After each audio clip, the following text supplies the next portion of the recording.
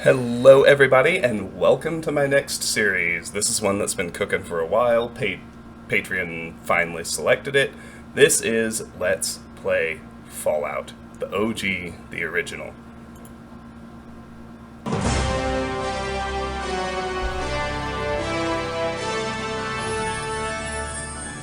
Interplay by gamers for gamers. Oh, this is old. This is some old school stuff. Brian Fargo presents Fallout.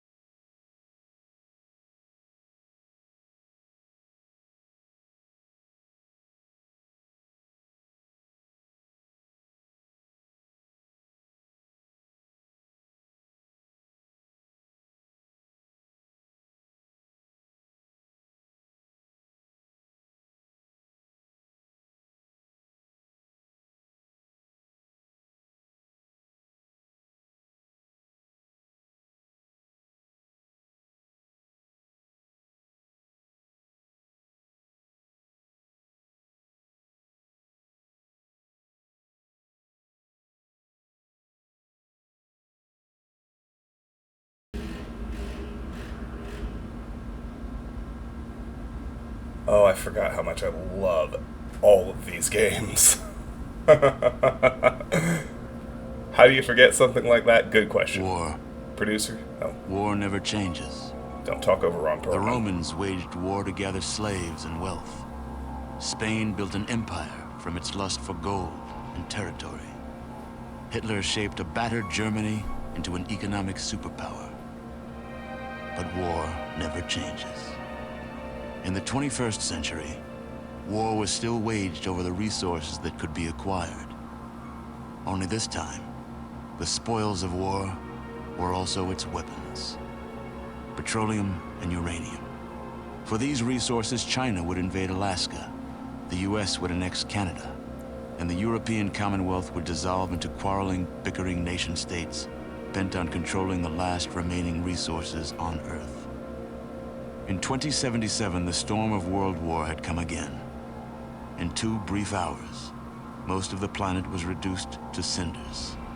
And from the ashes of nuclear devastation, a new civilization would struggle to arise. A few were able to reach the relative safety of the large underground vaults. Your family was part of that group that entered Vault 13. Imprisoned safely behind the large vault door, under a mountain of stone, a generation has lived without knowledge of the outside world. Life in the vault is about to change.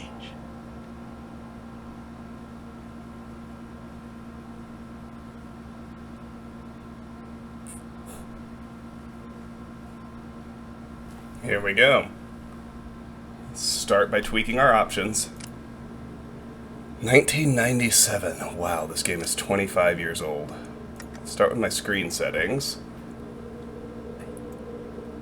Wonder how well it actually supports these bigger resolutions. We'll find out. I'm not terribly interested in windowed mode. Enable fog of war, fog visibility. Oh wow, okay. Graphics mode 2. High-res graphics mode, Direct 3D 9, Vertex hardware processing true, shader version 2.02, scaling times 2. Enable X2 scaling. This will also up the minimum resolution to 1280 by 960, with window mode requiring more space for its frame. Yeah, so I turn it on. Bright red X is on. Okay. Colors. Set up the full screen color output here. We'll leave it at 32-bit. Enable or disable window mode. Refresh rate. Set up the full screen refresh rate here. Set this to 0 for the driver default setting. Customize the full screen height by clicking the number box. Customize the full screen width by clicking the number box. Enable or disable Fog of War. For best results, this should be enabled before entering a map for the first time. You got it.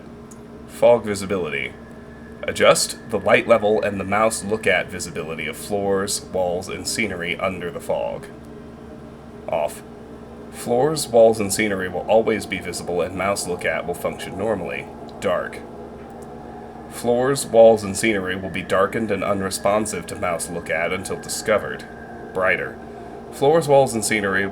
okay. Ignore PC scroll limit. When enabled, scrolling away from the player character is unlimited. This works well if Fog of War is enabled. Pathfinding range. Increase the number of search nodes to extend the pathfinding distance 20 levels in 2,000 node increments. We'll crank that to max. 40,000 path search nodes. Note, requires a whopping 3,125 kilobytes of memory. Panel scaling. Adjust how certain screens are displayed. Movies. Original size. Fit. Stretch to fit the size of the screen while maintaining the original aspect ratio. Fill. Stretch to fill the screen. Note a space will remain at the bottom of the screen if subtitles are enabled. Movies. Okay, that's it. Change sidebar art. Click below to cycle the in-game interface sidebar options. Let's stick with the default. Done there.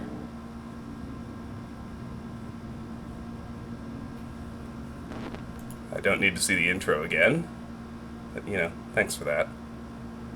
Okay, now let's do game preferences. Game difficulty, easy, normal, hard. Remember who you're dealing with. Combat difficulty, wimpy, normal, rough. Violence level, none, minimal, normal, maximum blood. Target highlight, off, on, targeting only. Combat messages, verbose, brief. Combat taunts, off, on.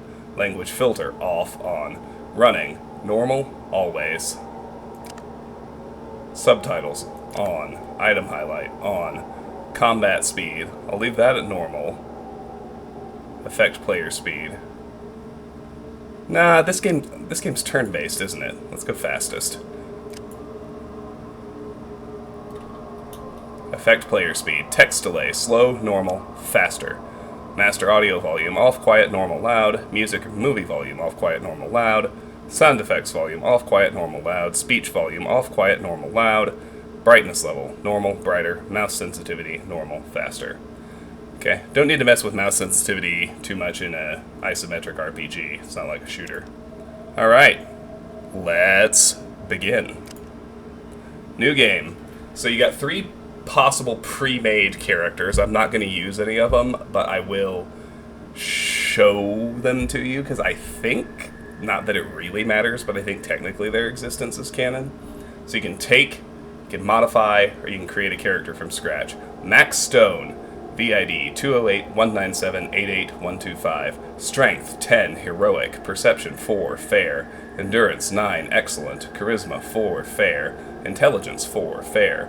Agility 7, very good. Luck 4, fair. Hit points 43 of 43. Armor class 7. Action points 6. Melee damage 9. Small guns 62%. Big guns 37%. Unarmed 93%. Heavy-handed bruiser. Personal bio data. Stone to his friends, Maxwell is the largest person currently living in the vault. He is known for his physical strength and stamina. He would make the ideal volunteer due to his tremendous size and strength. It is unfortunate that his intelligence was affected after birth when the labor bot dropped him on his head. He doesn't care that he might have to leave the vault. VID 208-206-49229, Natalia. Strength 4, fair. Perception 5, average. Endurance 6, good. Charisma 7, very good. Intelligence 7, very good. Agility 10, heroic. Luck 6, good. Incidentally, if you were going to take a pre-made character, this is the one I would choose. But I'm not. Hit points 31 of 31. Armor class 10. Action points 10. Melee damage 1. Sneak 35%. Steal 30%. Unarmed 82%. Night person, gifted. Personal bit biodata. Natalia is the grandchild of a Russian diplomat who worked at the Soviet consulate in Los Angeles. She is a talented acrobat with excellent coordination and reflexes. She is extremely intelligent and resourceful. Her only difficulty as a young child was understanding personal property laws. Natalia is very interested in leaving the vault and curious to explore the outside world. VID 208-206-49227. Albert. Strength 5 average, Perception 6 good, Endurance 4 fair, Charisma 9 excellent, Intelligence 6 good, Agility 4 fair, Luck 6 good. Hit points 28 of 28, Armor class 4, Action point 7, Melee damage 1. Small guns 59%, Speech 78%, Barter 73%, Skilled, good-natured. Personal biodata. Albert is a charismatic leader of a small, vocal minority of the Vault population that is considering life on the outside world. Dedicated to the role of a negotiator, he is often able to communicate efficiently between different parties. His professed occupation is closest to what was once known as a lawyer.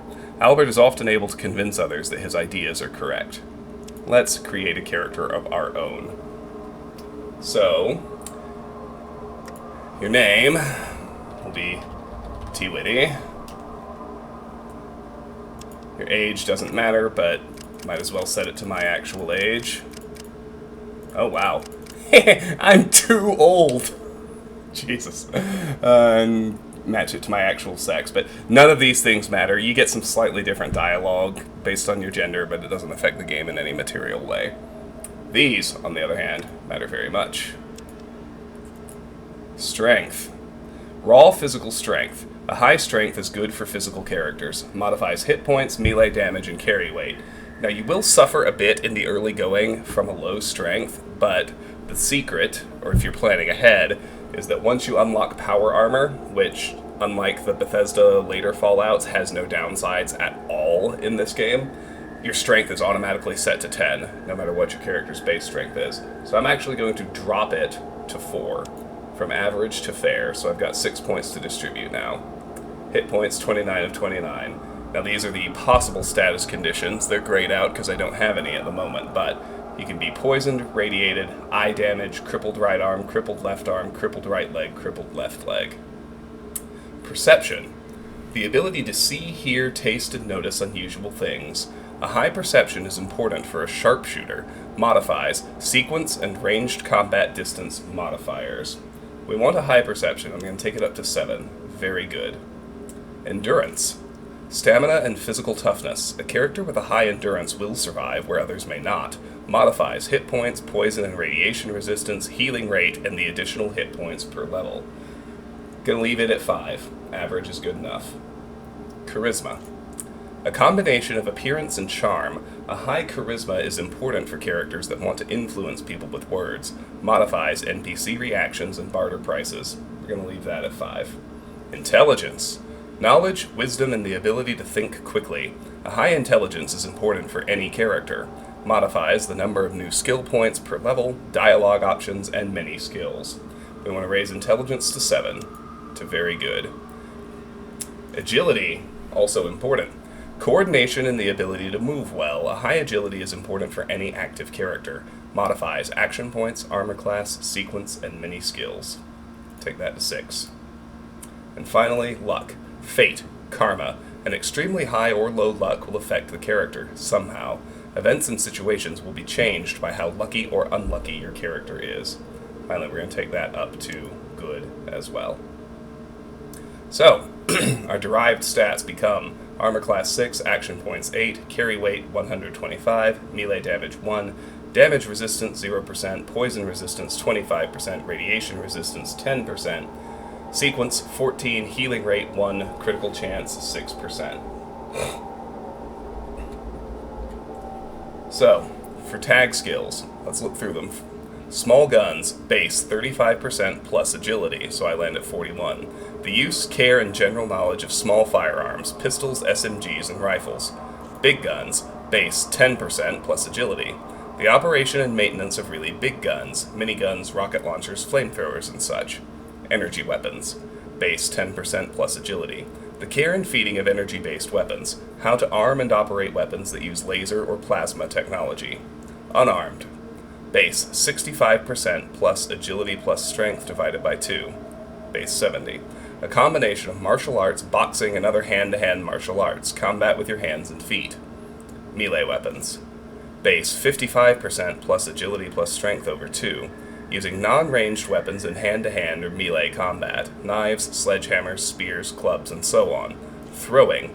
Base 40% plus agility, the skill of muscle-propelled ranged weapons, throwing knives, spears, and grenades, base 46. First aid. Base 30% plus perception plus intelligence. General healing skill, used to heal small cuts, abrasions, and other minor ills. In game terms, the use of first aid can heal more hit points over time than just rest. Doctor. Base 15% plus perception plus intelligence divided by 2, 12%. The healing of major wounds and crippled limbs. Without this skill, it will take a much longer period of time to restore crippled limbs to use. Sneak. Base 25% plus agility. Quiet movement and the ability to remain unnoticed. If successful, you will be much harder to locate. You cannot run and sneak at the same time. Lockpick. Base 20% plus perception plus agility over 2. The skill of opening locks without the proper key. The use of lockpicks or electronic lockpicks will greatly enhance this skill. Steal. Base 20% plus agility.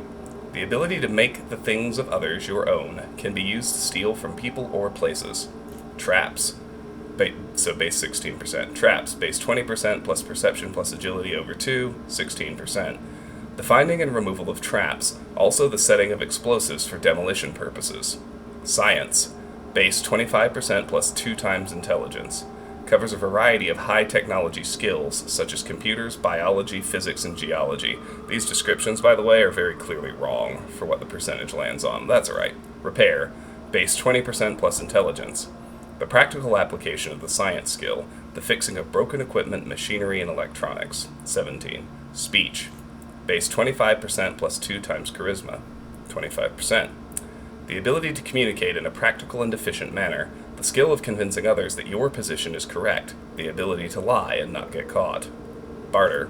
Base 20% plus 2 times charisma. 20. Trading and trade-related tasks. The ability to get better prices for items you sell and lower prices for items you buy. Gambling. Base 20% plus 3 times luck. The knowledge and practical skills related to wagering. The skill at cards, dice, and other games. 28. And outdoorsman. Base 5% plus endurance plus intelligence divided by 2. Practical knowledge of the outdoors and the ability to live off the land. The knowledge of plants and animals. That starts at 1. So, the 3 skills we're going to tag are small guns, raises it by 20.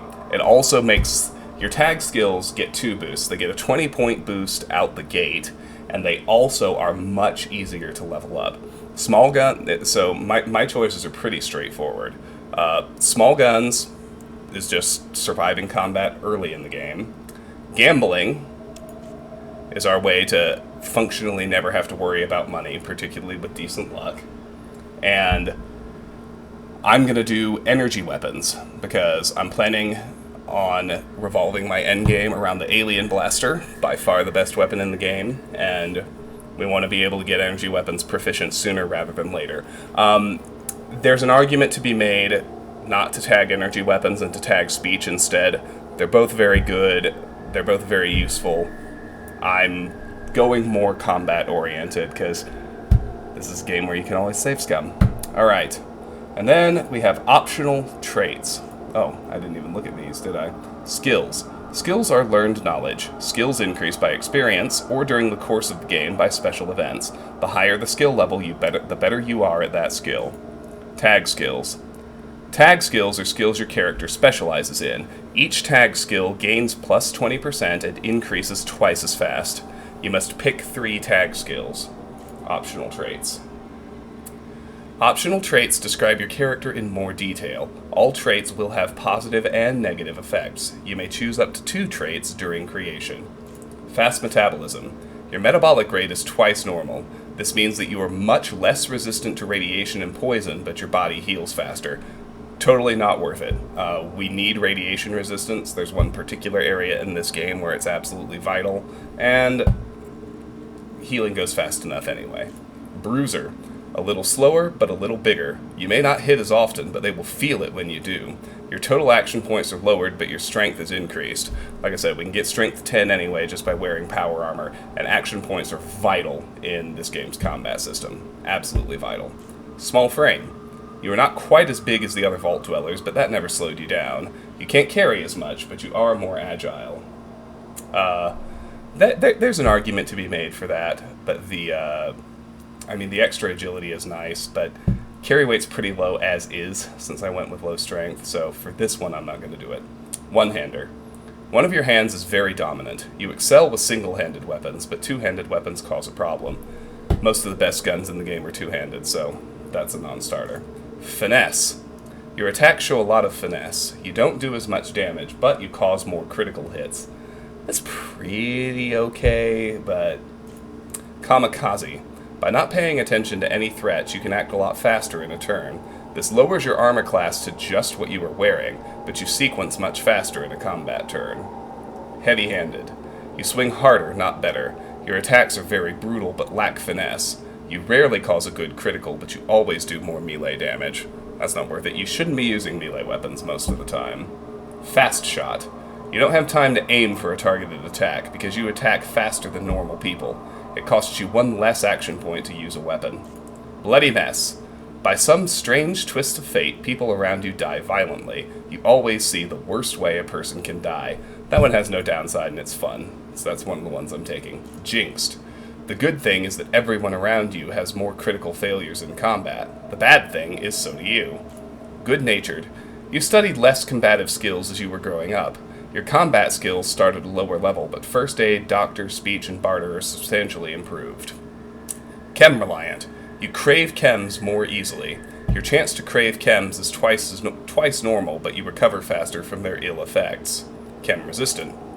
Chems only affect you half as long as normal, but your chance to crave them is also only 50% of normal. That one's actually not bad if you want to use chems, because Fallout's so turn-based, the half duration doesn't really matter all that much in most battles, but I'm still not going to do it because there's one that's much better. Night person. As a nighttime person, you are more awake when the sun goes down. Your intelligence and perception are improved at night, but dulled during the day. Skilled. Since you spent more time improving your skills than a normal person, you start with better skill levels. The trade-off is that you do not gain as many extra abilities. You will gain a perk every 4 levels. That's terrible, terrible, don't do it, it's very, very bad, it's no good, terrible, awful, no. You need perks. You can get all your skills up anyway, at least the ones you need. And Gifted. This is an excellent one, but it's the total opposite. It's amazing. You have more innate abilities than most, so you have not spent as much time honing your skills. Your primary statistics are each +1, but you lose minus 10% on all skills to start and receive 5 less skill points per level. Like I said, that doesn't matter. Boom. So much better. Even with the -8 on Outdoorsman, I promise it's okay. Okay. Oh wow, I can already save.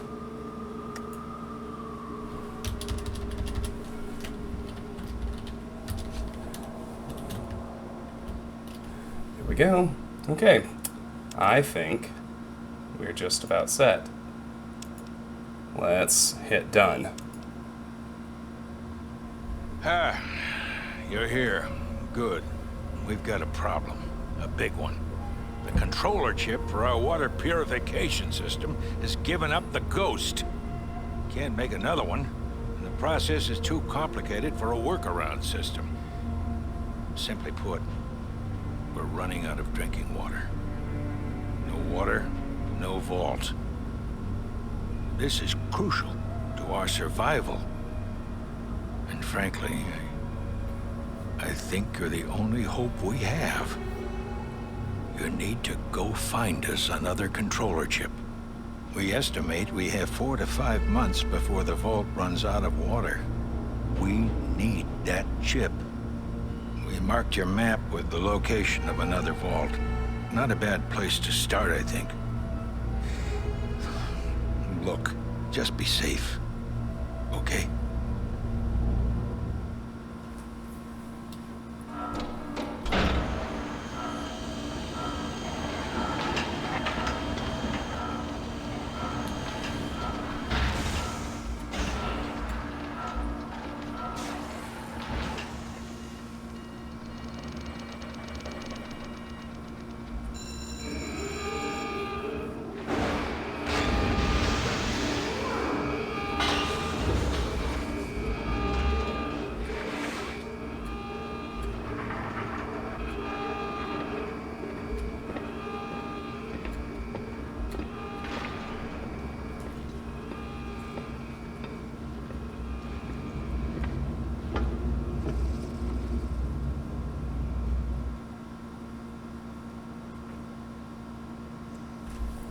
here we are.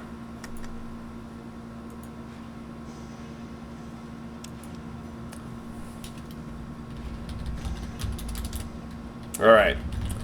So we'll make some saves here, because there's a lot that can go wrong in this game. And we're at 25 minutes. Character creation, along with the intro, makes for a pretty solid episode. So that's the intro to Let's Play Fallout. Thanks so much for watching. If you enjoyed the video, hope you'll give it a like, consider subbing to the channel. Feel free to drop a comment below or check out my Discord if you're interested in discussing this or any of my other content. If you want to support me or have some say in what I play around here, check out the Patreon in the description too. Otherwise, really, I appreciate your time and attention. Thank you again for watching. Have a great day. I'll see you soon. Take care.